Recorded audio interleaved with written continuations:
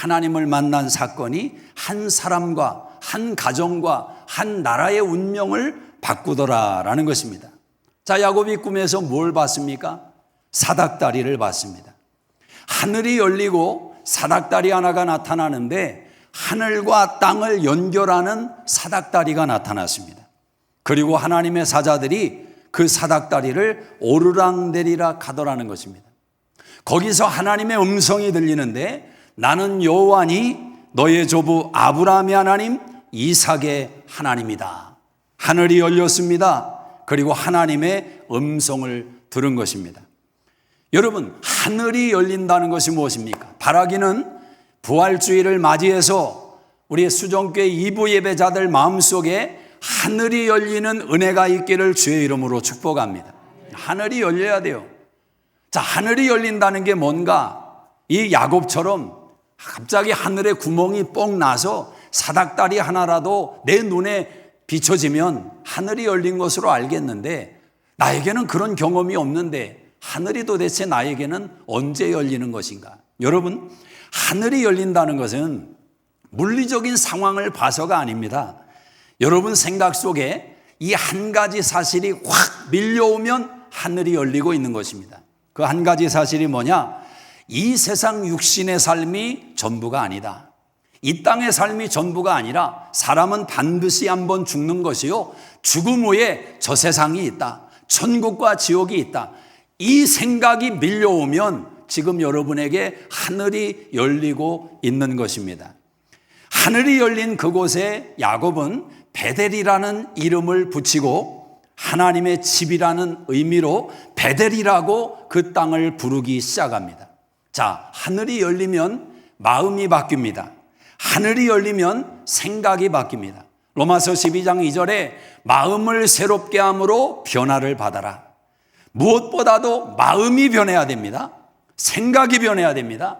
여러분, 야곱에게 하늘이 열렸지만 야곱의 현실은 바뀐 게 하나도 없습니다. 갑자기 야곱이 베고 있는 돌베개가 무슨 금베개가 된 것도 아니고 아주 부드러운 아주 안락한 베개로 전환된 게 아닙니다. 야곱의 돌베개는 그대로이고 형의 살갑고 형의 아주 잔혹해 보이는 시선은 여전히 남아있고 어머니와 헤어진 아쉬움은 여전히 마음속에 남아있고 야곱의 현실은 변한 게 하나도 없습니다. 그러나 야곱의 마음이 변했는데 어떤 마음이 변했느냐? 하나님이 여기에 계시다. 이 생각이 들어온 겁니다. 하나님이 여기에 계시다. 지금 내 현실을 볼 때 하나님이 계실 만한 조건과 이유가 없단 말입니다. 우리가 생각하는 하나님은 아주 잘 나가는 사람, 화려한 사람, 성실한 사람, 모든 문제가 없는 그런 곳에 하나님이 임할 것 같지만 하나님은 가장 연약한 임생의 삶의 자리에 임하시는 줄로 믿습니다. 하나님이 여기에 계시다. 이 고백이 있어야 돼요. 왜냐하면 그 고백이 여러분을 살리는 능력이 되기 때문에 그렇습니다. 여러분의 삶의 자리가 변하기를 시작합니다. 베델이 되고 하나님의 집이 되고 하나님을 예배하는 공간으로 바뀌는 것입니다. 여러분의 가정에 하나님이 계시다, 여기에 하나님이 계시다, 그 고백이 드려지는 순간 여러분의 가정은 예배처소가 됩니다. 기도처소가 됩니다. 하나님을 찬양하는 공간이 된단 말입니다. 여러분 현실이 고단하고 답답한 분이 계실 겁니다. 막막한 분이 계실 겁니다. 불안하고 두렵고 염려가 가득한 분이 계실 겁니다. 오늘 여러분의 마음에 하늘이 열리기를 주의 이름으로 축복합니다. 해석이 바뀌는 거요. 해석이 바뀌는 겁니다. 하늘을 바라보는 마음은 세상을 이겨낼 힘을 얻는다라는 거죠. 마음이 바뀌면 삶의 자리가 예배 자리로 바뀐다. 여기서부터 시작을 하는 것입니다. 자, 하늘이 열리고 야곱이 하늘과 땅이 닿는 사닥다리를 보았습니다. 근데 그 사닥다리에서 더 중요한 사건이 벌어집니다. 13절을 같이 읽어봅시다. 13절 시작. 또 본즉 여호와께서 그 위에 서서 이르시되 나는 여호와니 너의 조부 아브라함의 하나님이요 이삭의 하나님이라. 내가 누워있는 땅을 내가 너와 내 자손에게 주리니. 나는 여호와 하나님이라는 것입니다. 그리고 나는 너의 조부 아브라함의 하나님이요 이삭의 하나님이다. 약속의 하나님이다. 너와 누워있는 이 땅을 내가 너와 내 자손에게 줄 것이다. 성경은 우리에게 약속을 말할 때 아브라함의 하나님, 이삭의 하나님, 야곱의 하나님을 말합니다. 여러분 궁금하지 않습니까? 아니, 요셉은 더 훌륭한 것 같고 모세는 더 큰 지도자 같고 다윗은 더 위대한 왕 같은데 왜 하나님은 아브라함, 이삭, 야곱의 하나님이라고 지칭할까? 예수님도 마태복음 22장에서 나는 아브라함의 하나님, 이삭의 하나님, 야곱의 하나님, 산자의 하나님이다, 그렇게 고백하신단 말입니다. 왜 하나님은 이 세 명을 언급하는 겁니까? 자, 이 세 명이 남다르고 탁월해서가 아닙니다. 이 세 명의 하나님이라고 지칭하는 이유는 하나님의 약속을 이 세 명에게 넣어주신 하나님 때문에 이 세 사람의 이름이 중요한 것입니다. 또 한 가지 중요한 것은 여러분 3대라고 하는 것은 굉장히 중요합니다. 사람이 어떤 생각과 사상을 기억하고 전수해 주는 데 있어서 3대 이상이 가면 어렵습니다. 여러분 가운데 우리 증조할아버지가 살아계실 때 나한테 이런 말씀을 하셨습니다. 증조할아버지의 말씀을 기억하고 사시는 분이 있습니까? 거의 없을 겁니다. 개 중에 있을지 모르지만, 그러나 우리 할아버지가 나 어렸을 때 내 무릎에 앉혀놓고 말씀을 읽어주고 기도해 줬습니다. 이런 고백은 허다하다 말입니다. 우리 할머니가 날마다 눈물로 나를 위해 기도했습니다. 이런 고백도 허다합니다. 기억한다 말입니다. 사람이 신앙의 연수를 기억할 수 있는 것이 어찌 보면 3대가 가장 적합하고 훌륭한 것입니다. 그래서 할아버지, 할머니의 역할이 너무 중요한 겁니다. 요즘 한국에서는 할아버지, 할머니의 크레딧이 너무 중요하다는 거죠. 경제적인 여유를 가지고 손주들에게 제공을 하는 겁니다. 그래서 할아버지, 할머니가 인기를 얻는다고 하는데 그 재물로 70년, 80년 인기는 얻을지 모르지만 그것으로 끝입니다. 신앙의 기억을 남겨줘야 됩니다. 이 자리에 계신 할아버지, 할머니 결단하시기를 주의 이름으로 축복합니다. 내가 그동안 내 손주들에게, 자녀들에게도 그렇게 못했는데 손주들 때가 되니까 아쉬워서 손주들에게 잘해준단 말입니다. 근데 잘해주는 게 다 물질적인 요소인 것이 대부분인 분들이 얼마나 많습니까? 자녀에게 잘못했으니까 시간을 많이 제공해서 손주들과 놀아주는, 그러나 진짜 중요한 것은 신앙을 기억나게 해줘야 됩니다. 신앙을 하나님께 기도하셔서 할아버지, 할머니가 이렇게 신앙을 전수했노라, 그 기억을 남길 수 있는 방법을 고안하셔야 됩니다. 자, 야곱의 사닥다리가 왜 필요한 것인가? 야곱의 사닥다리는 구약의 복음과 같습니다.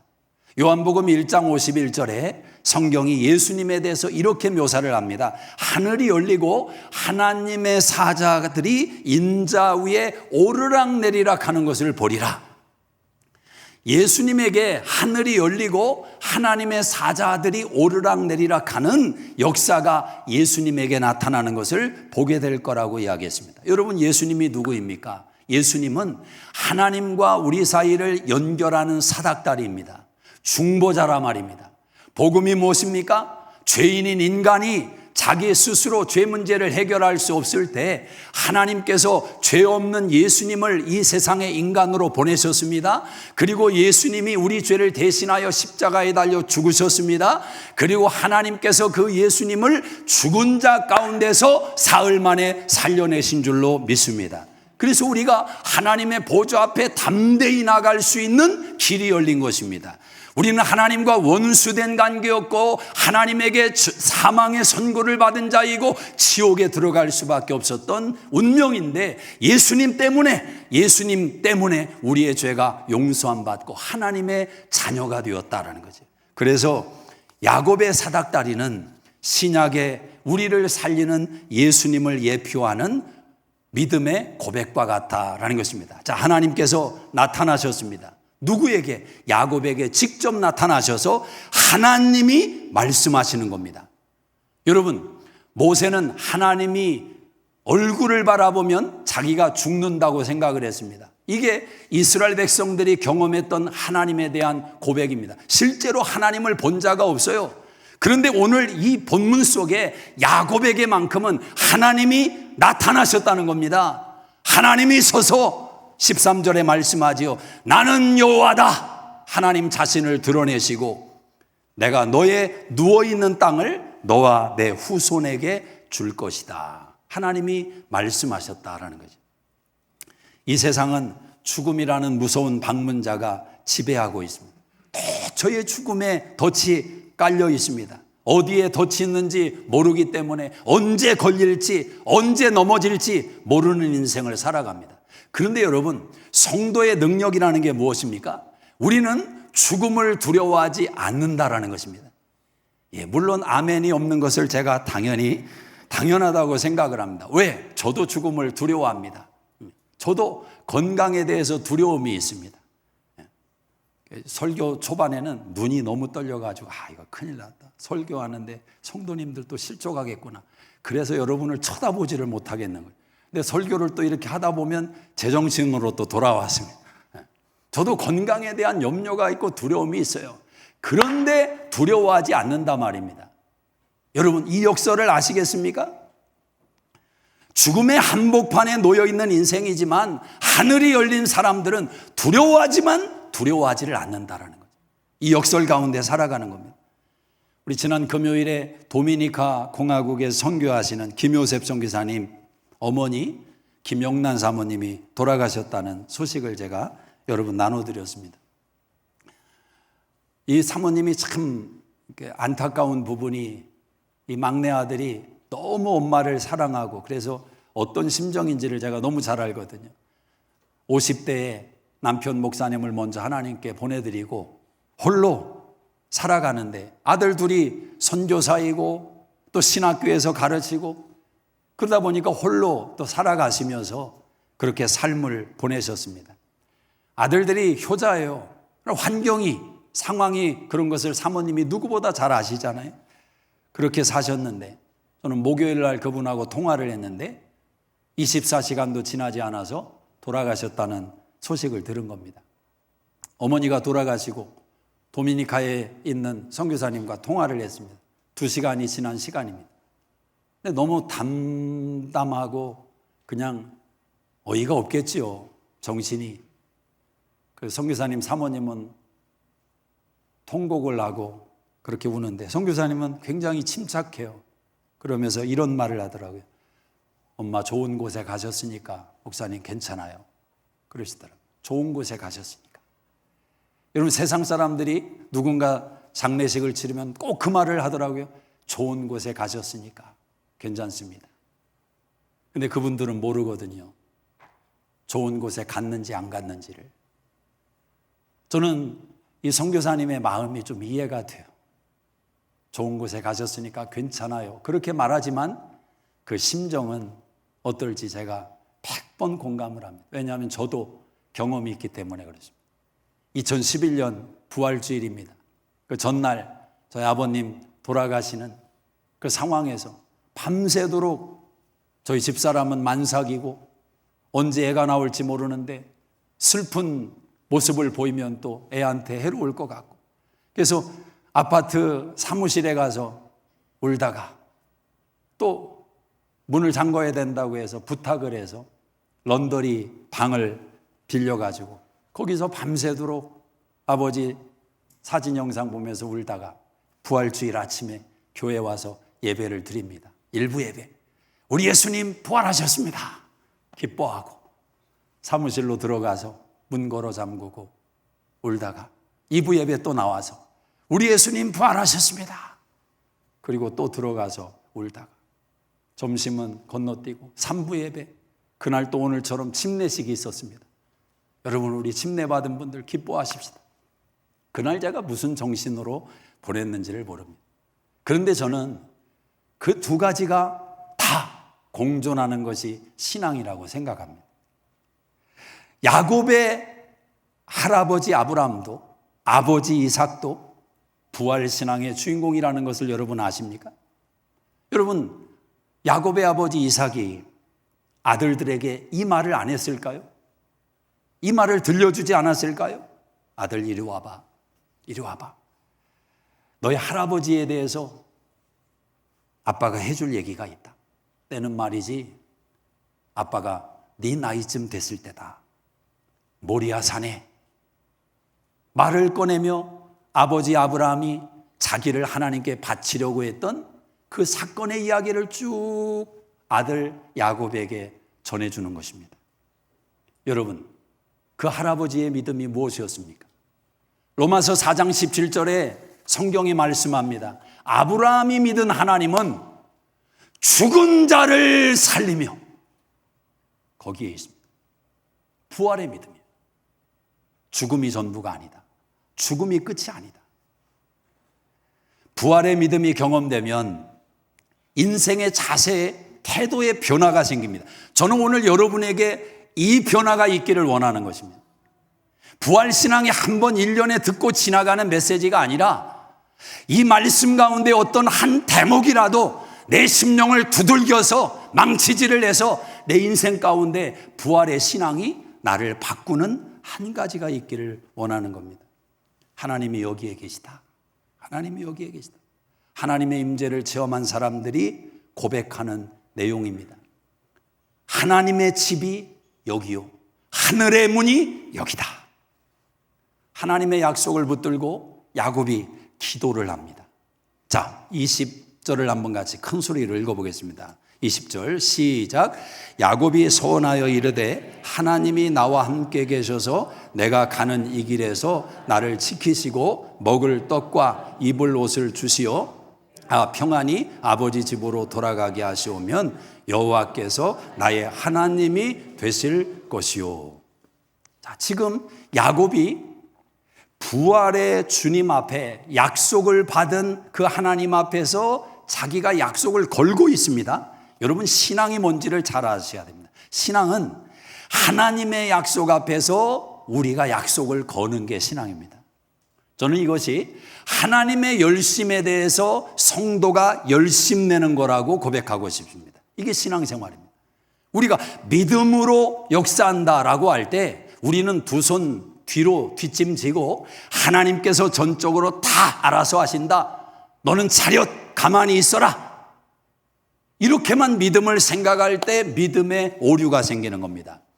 구원은 전적인 하나님의 은혜입니다. 믿음으로만 구원을 얻는 것입니다. 우리가 구원에 숟가락 얹은 게 없어요. 도움된 것도 없고 도움 준 일도 없습니다. 전적인 하나님의 은혜로 우리가 구원을 받은 것입니다. 그런데 그런 성도가 이 세상을 살아가며 영원한 천국에 이르기까지 예수를 닮아가고 하나님의 영광을 드러내며 살아가는 신앙 인생의 여정 가운데는 여러분의 책임이 필요하다는 겁니다.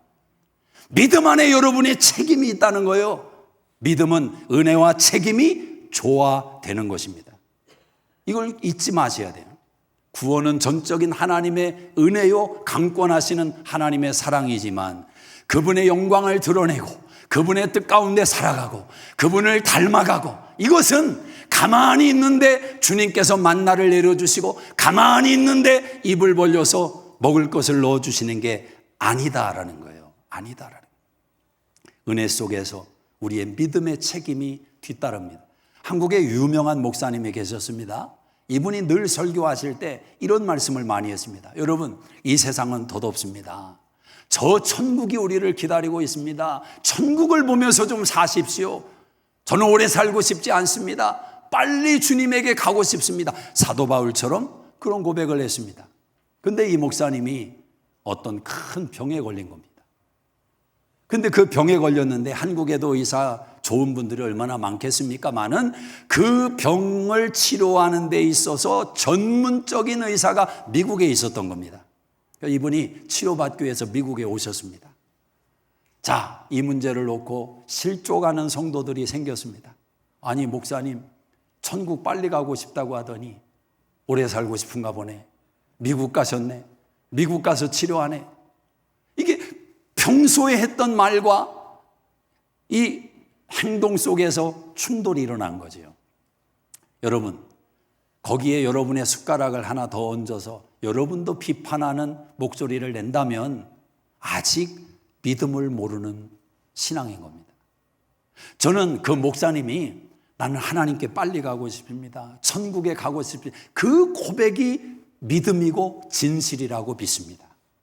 그런데 인생을 살아가다가 덜커덩 병에 걸렸습니다. 목숨의 위협을 받습니다. 그런 상황 속에서 좋은 의사를 찾고 하나님 살려달라고, 하나님 고쳐달라고 기도를 요청하고 그 병을 낫기 위해서 몸부림을 치는 것도 믿음이다라는 거예요. 왜냐하면 모두가 다 하나님의 명령 안에 들어있기 때문에 그렇습니다. 이해가 되십니까? 믿음이 우리의 건강을 지켜준다고 여러분 믿습니까? 평소에도 아멘이 없지만 오늘도 아멘이 없어서 역시 수정인들이구나. 그렇습니다. 우리는 속으로 아멘을 하니까, 그죠? 여러분, 믿음이 건강을 지켜주는 거예요. 저는 그렇게 믿습니다. 그런데 그 믿음이 기적적인 방법으로 우리를 건강하게 한다고만 생각하면 안 되는 거예요. 자, 믿음이 가만히 있는 여러분을, 믿음이 날마다 불량식품으로 위를 채우는 여러분을, 믿음이 날마다 자기의 과욕으로, 욕심으로 스트레스를 그냥 받아가며 살아가는 여러분을, 믿음이 날마다 저녁 늦게까지 게임을 하며 잠을 설치는 여러분을, 믿음이 핸드폰을 가지고 그 어두운 밤에 이불 속에서 화장실에서 1시, 2시가 되도록 영상을 보다가 그냥 잠에 드는 여러분을 믿음으로만 고쳐준다고 하면 그 믿음이 도대체 무슨 믿음이냐라는 거예요. 그렇게 해서 기적으로 여러분의 병이 나아도 여러분은 얼마 안 가서 또 그 병에 재발됩니다. 왜? 그 습관을 못 버렸는데, 그 태도를 못 버렸는데, 그 자세가 변화가 없는데. 믿음이 무엇입니까? 믿음은 기적적인 하나님의 방법도 있지만 우리의 마음을 바꿉니다. 우리의 태도를 바꿉니다. 습관을 바꿉니다.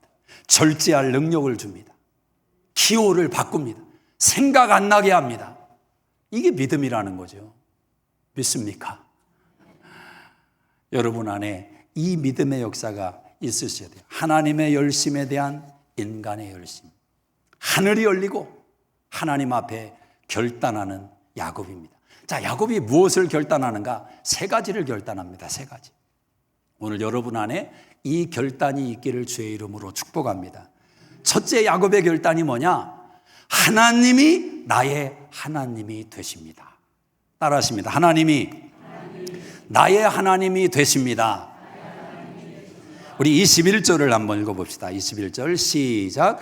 내가 평안히 아버지 집으로 돌아가게 하시오면 여호와께서 나의 하나님이 되실 것이요, 나의 하나님이 되실 것이요, 나의 하나님이 되실 것이요.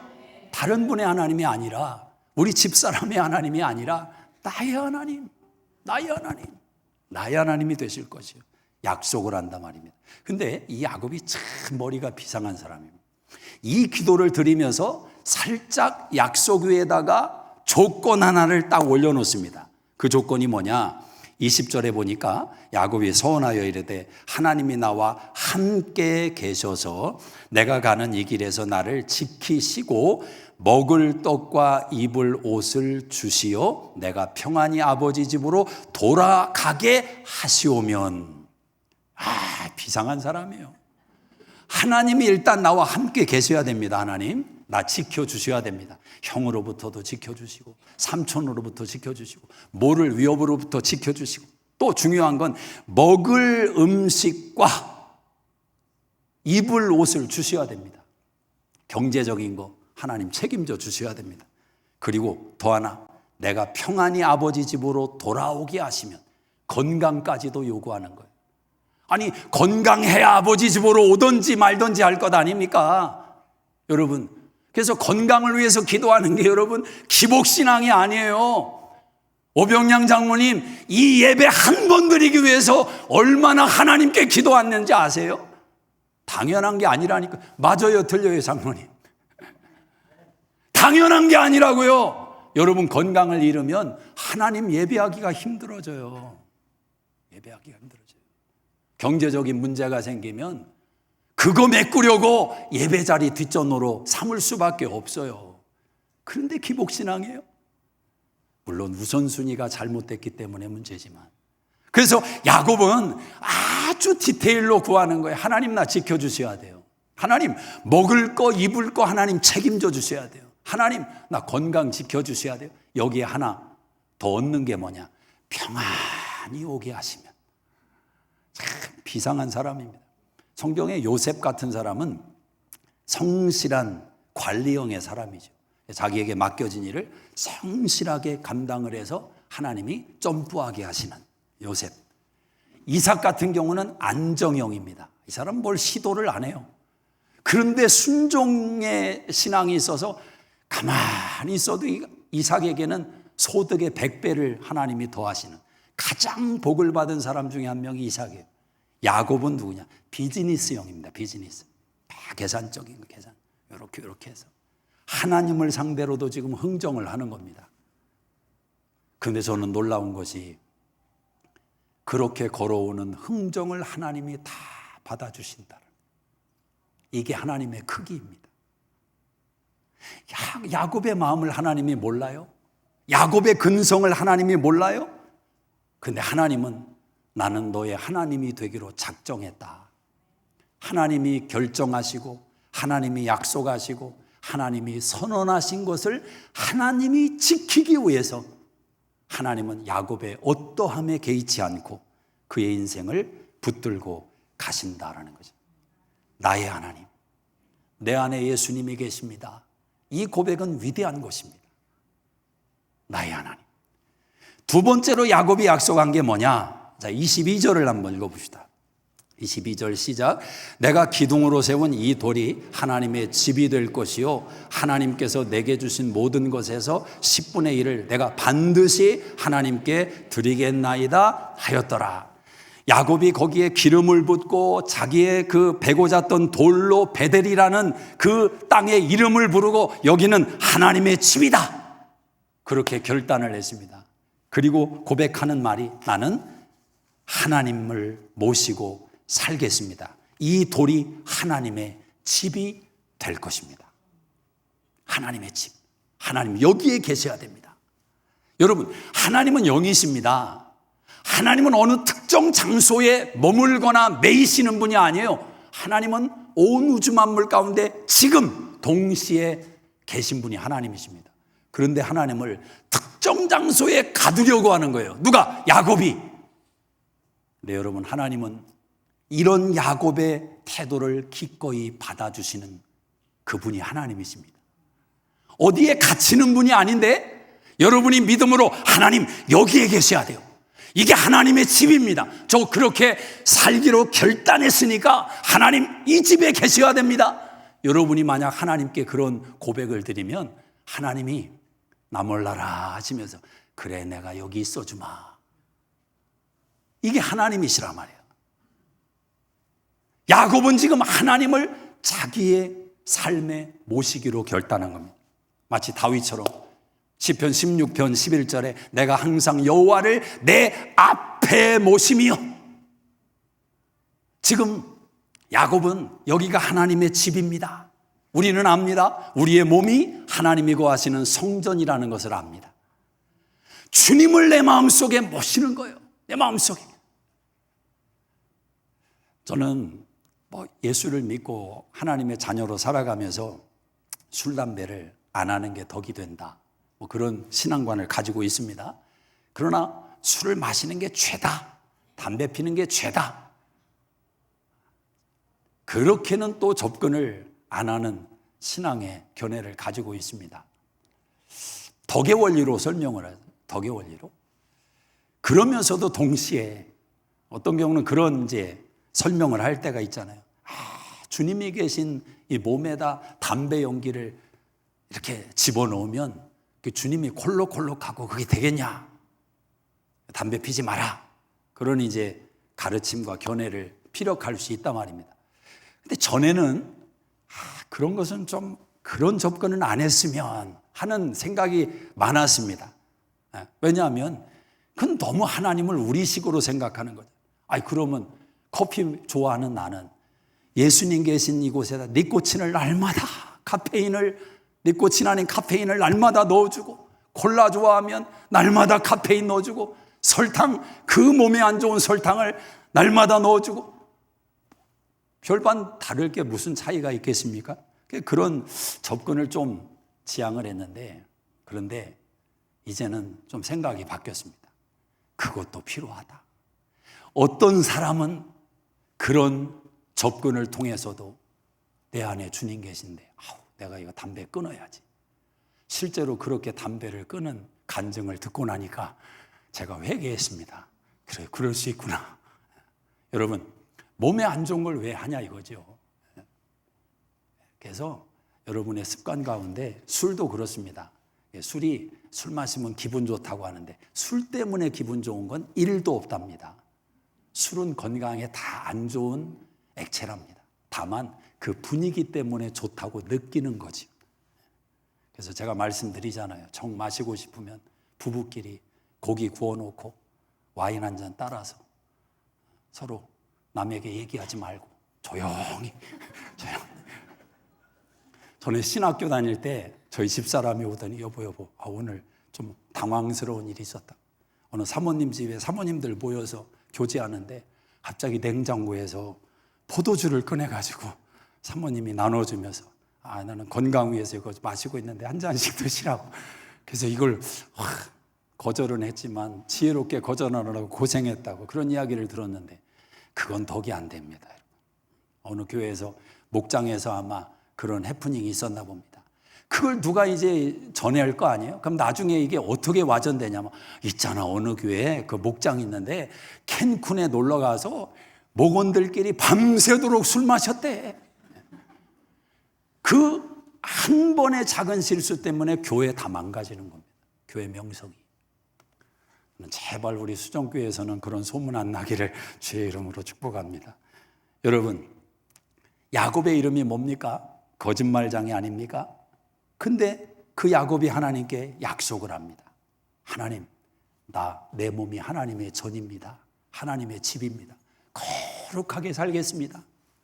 약속을 합니다. 그런데 그 야곱은 또 넘어진단 말이죠. 여러분 기억하십시오. 성도는 거짓말을 안 하는 사람이 성도가 아닙니다. 성도는 죄에 넘어지지 않는 사람이 성도가 아닙니다. 성도는 나쁜 짓 안 하는 사람, 그 사람이 성도, 그렇게 등급을 매길 수 없습니다. 성도는 뭐냐? 거짓에 넘어짐에서 또 일어서는 자들이 성도입니다.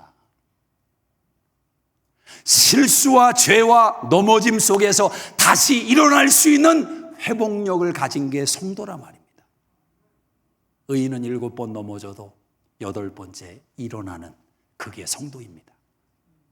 진짜 성도의 능력이 뭔지를 아셔야 돼요. 나는 예수 믿고 나서 이거 끊었습니다. 이거 안 하기로 결단했습니다. 마치 베드로처럼 다른 사람이 다 예수님 버려도 나는 예수님 안 버릴 겁니다. 예수님 저만 보고 저만 믿고 가시면 됩니다. 예수님 아시지요?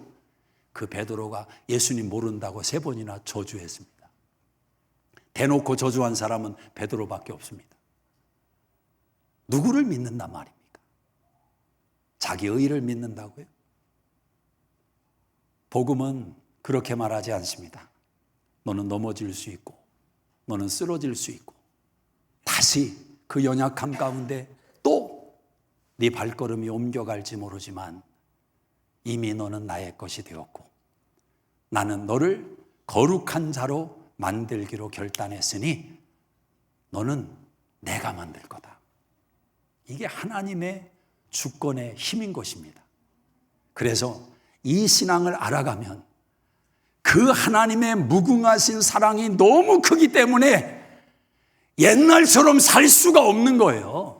그렇게 가고 싶다가도 내가 하나님의 이 큰 사랑을 받았는데 또 거기로 가? 또 그걸래? 안 되는 겁니다, 여러분. 그래서 마음의 원함이 사라지는 인생으로 바뀌는 거예요. 이거 안 해야지. 안 하고 싶은데 어떡할, 이 갈등과 긴장 속에 살아가는 게 아니라 더 좋은 걸 맛보고 더 좋은 걸 경험하니까 생각이 안 나는 거예요. 생각이. 과거에 제가 그래서 우리 수정교회 성도님들 가운데 변화되신 분들은 진짜 더 변화됨으로 나아가시기를 바랍니다. 어정쩡한 자리에서 막 갈등하고 이 수준에 머물지 말고, 나는 이거 안 합니다, 그거 하나 붙들고 주님 앞에 서는 그런 신앙 말고, 저는 주님의 사랑을 만나고 나서 주님을 더 사랑할 수밖에 없게 되었습니다. 이렇게 살지 않고는 나는 견딜 수가 없습니다. 이게 나의 기쁨이고 이게 나의 즐거움입니다. 나는 주님과 함께 사는 게 너무 좋습니다. 당신들은 아직 모르죠. 너무 행복합니다. 같이 한번 이 길로 가보십시다. 믿음으로 살겠다고 결단하는 것 아니겠습니까? 그래서 마지막 세 번째로 이렇게 고백을 하죠. 22절 같이 한번 읽습니다. 시작. 내가 기둥으로 세운 이 돌이 하나님의 집이 될 것이요 하나님께서 내게 주신 모든 것에서 10분의 1을 내가 반드시 하나님께 드리겠나이다 하였더라. 설교가 은혜롭게 잘 갔는데 왜 마지막에 또 이 11조 얘기가 나오냐. 야곱이 하나님에게 약속을 걸고 결단하지 않습니까? 내게 주신 모든 것에서 10분의 1을 반드시 하나님께 드리겠습니다. 저는 이것도 불완전하고 연약한 야곱의 딜이라고 생각합니다. 이게 막 야곱이 막 넘쳐나는 영광과 기쁨 속에서 하나님께, 하나님 나 드리고 싶어요, 하나님 10분의 1을 드릴게요, 그건 아니라고 봅니다.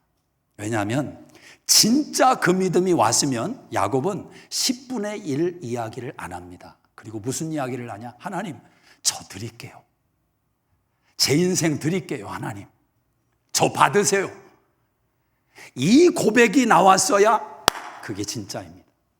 근데 야곱이 불완전하지만 그럼에도 불구하고 그는 하나님 앞에 자기의 최선을 다해서 결단하는 고백, 하나님이 주신 모든 것에서 10분의 1을 드리겠습니다.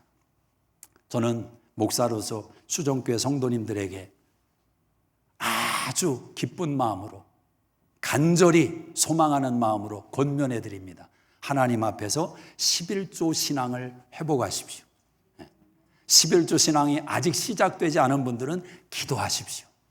하나님 11조의 신앙을 할 수 있도록 힘을 주십시오. 왜냐하면 물질 문제에서부터 하나님이 내 주인이시고 하나님이 나의 공급자이시고 하나님이 나에게 제공하시는 그 믿음을 갖지 못한다면 그것 없이 어떻게 하나님이 나의 주인이십니다, 저 영원한 천국이 나의 소망입니다, 나는 부활의 영광의 몸으로 그 땅에 가기를 원합니다, 이 거룩한 신앙으로 올라서기가 어렵지 않겠습니까? 여러분이 생각하셔도. 그래서 어찌 보면 11조는 가장 기본적인 신앙의 출발입니다. 그런 교회가 세상에 있는지는 모르겠지만 온 교우들이 100% 11조 드리는 교회 있다면 그것 하나로 모든 걸 설명할 수는 없겠지만 정말 위대한 성도들이라고 저는 생각합니다. 사랑하는 여러분, 부활주일에 하늘이 열립니다. 오늘 여러분 안에 어떤 결단을 하시겠습니까? 하나님이 나의 하나님이십니다. 하나님이 나의 하나님이십니다. 하나님, 내가 서 있는 곳이 하늘의 문이요 하나님의 집입니다. 나는 하나님 예배할 겁니다. 하나님, 믿음으로 살겠습니다. 두렵고 어려운 현실이지만 특별히 경제적으로, 건강으로 날마다 공격받는 이 현실이지만 저는 하나님만 의지하며 살겠습니다. 하나님 믿고 가다가 굶으면 굶겠습니다. 하나님 믿고 가다가 허기지면 허기지겠습니다. 하나님, 그 순전한 믿음을 내 마음속에 심어주십시오. 이 결단이 있다면 그 인생이 얼마나 복되게 하나님의 영광을 드러내며 하나님께 쓰임받는 인생이 되겠습니까? 기도하시겠습니다. 우리 자리에서 다 일어나시겠습니다. 하나님을 관광객들이 스쳐 지나가는 박물관에 유리장 안에 담겨 있는 분으로 하나님을 섬기면 안 됩니다. 하나님은 살아계신 분이고, 하나님은 우리를 살려주시는 분이고, 우리와 함께 하시는 분입니다. 저는 이 자리에 요셉 같은 분도 있지만 이삭 같은 분들도 계시지만 야곱이 있다고 생각을 합니다. 어떤 결단을 하시겠습니까? 지금 현실이 막막하고 두렵고 염려와 근심이 내 옆에 앞에 놓여 있는 그 자리에서 어떤 결단을 하시겠습니까? 탈무드에 이런 말이 있습니다. 내 앞이 막히고 내 옆이 뒤가 막히면 위를 보라. 위에 계신 하나님을 보라. 하나님은 살아계십니다. 그분이 우리를 살려내셨고 살려주실 것입니다. 지금도 살리고 계십니다. 하나님 아버지, 2025년 부활주의를 맞이해서 사랑하는 수종교회 이부 예배자들 가운데 구원의 확신과 영생의 소망이 희미한 자가 있다면 다시 한번 부활의 생명을 그 심령 가운데 부어주셔서 천국의 소망을 가지고 남은 생에 살게 하여 주시옵소서. 가정과 인생 안에 절망과 두려움과 다시 회복되어야 될 영역이 있다면 부활의 주님 능력으로 역사하셔서 다시 회복되고 살아나게 하여 주시옵소서. 이제는 우리 주 예수 그리스도의 은혜와 하나님 아버지의 놀라우신 사랑하심과 성령님의 감화감동 역사 충만케 하심이 이 한 주도 함께 하시기를 간절히 축원하옵나이다. 아멘.